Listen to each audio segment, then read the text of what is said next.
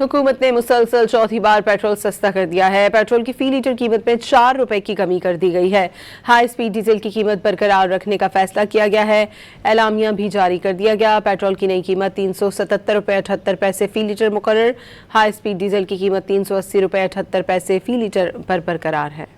हुकूमत ने मुसलसल चौथी बार पेट्रोल सस्ता कर दिया है। पेट्रोल की फी लीटर कीमत में 4 रुपए की कमी कर दी गई है।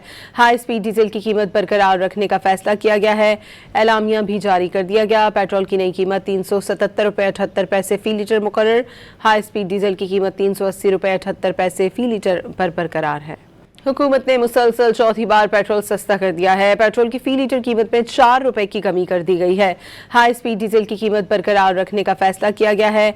एलामिया भी जारी कर दिया गया। पेट्रोल की नई कीमत 377 रुपए 78 पैसे फी लीटर मुकर्रर।